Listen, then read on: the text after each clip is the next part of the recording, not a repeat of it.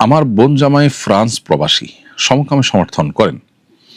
আমার বোনের ধর্মকর্মে বাধা দেন, ভাগিনাকে কোরআন ও ইসলাম শিক্ষা দিতে দেন না এবং বলে ও বড় হয়ে নিজ ইচ্ছায় কোনো ধর্ম পছন্দ করলে সেটা ওর ব্যাপার।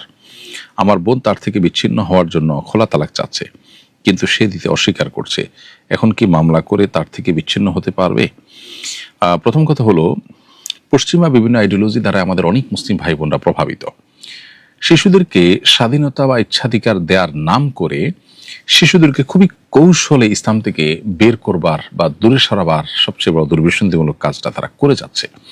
আমরা নিশ্চয়ই লক্ষ্য করব যে শিশুদেরকে মেরে মাটির সাথে মিশিয়ে দেওয়া হচ্ছে।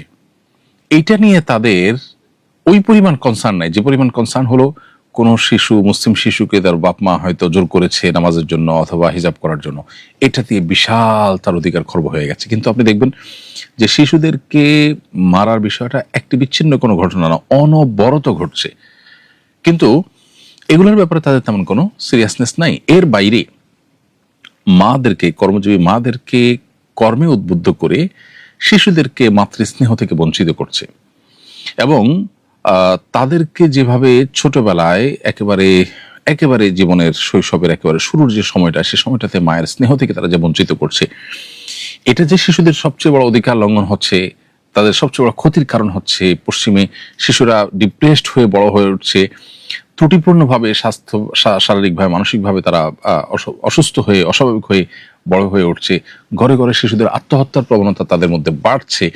এই বিষয়গুলো নিয়ে তাদের ভাববার কোনো ফুরসত নেই। আমাদের অনেক মুসলমান ভাইরা বা মুসলমান পরিবারের সন্তান সে সমস্ত জায়গায় তাদের এই মুখরোচক অনেক বলিতে খুব সহজে পটে যান এবং তারা দ্বিধাগ্রস্ত হয়ে পড়েন।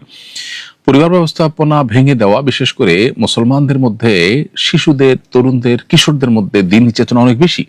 এটাকে ভাঙার জন্য তারা যত আয়োজন আছে সেটা তারা করছে।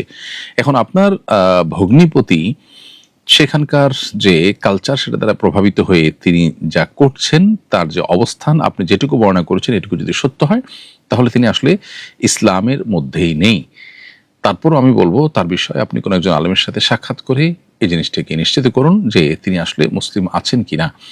তিনি যদি নিজেকে মুসলিম পরিচয় না দেন অথবা ইসলাম এর সত্যতার ব্যাপারে তার কোনো সন্দেহ থাকে, অন্য ধর্ম আর ইসলাম ধর্মকে এক মনে করে, তার আচার আচরণ থেকে যেটা বোঝা যাচ্ছে, এরকমটা যদি নিশ্চিত হয়, তাহলে সেক্ষেত্রে তার সাথে আপনার বোনের বৈবাহিক সম্পর্ক এমনিতেই নেই। কারণ স্বামী স্ত্রীর মধ্যে কোনো একজন যদি মোরতাদ হয়ে যান বা নাস্তিক হয়ে যান বা ইসলাম থেকে বের হয়ে যান, তখন স্বামী স্ত্রীর মধ্যে স্বয়ংক্রিয়ভাবে বিচ্ছেদ ঘটে যায়। তাহলে সেক্ষেত্রে এখন আর তালাক নেওয়ার বা তার কাছ থেকে খোলা তালাক নেওয়ার পারমিশন নেওয়ার আর কোনো প্রয়োজন নেই। শুধুমাত্র ইদ্যতের সময়টা পার করার পর আপনার বোন চাইলে অন্য কোথাও বিয়ে বসতে পারেন। তবে বিষয়টি যেহেতু খুবই স্পর্শকাতর একটি সংসার টেকা না টেকার ব্যাপার, এই জন্য তার অবস্থানটাকে আরেকটু ক্লিয়ার করে, আরেকটু পরিষ্কার করে তারপরে আপনার বোন এই সিদ্ধান্তে যেতে পারেন।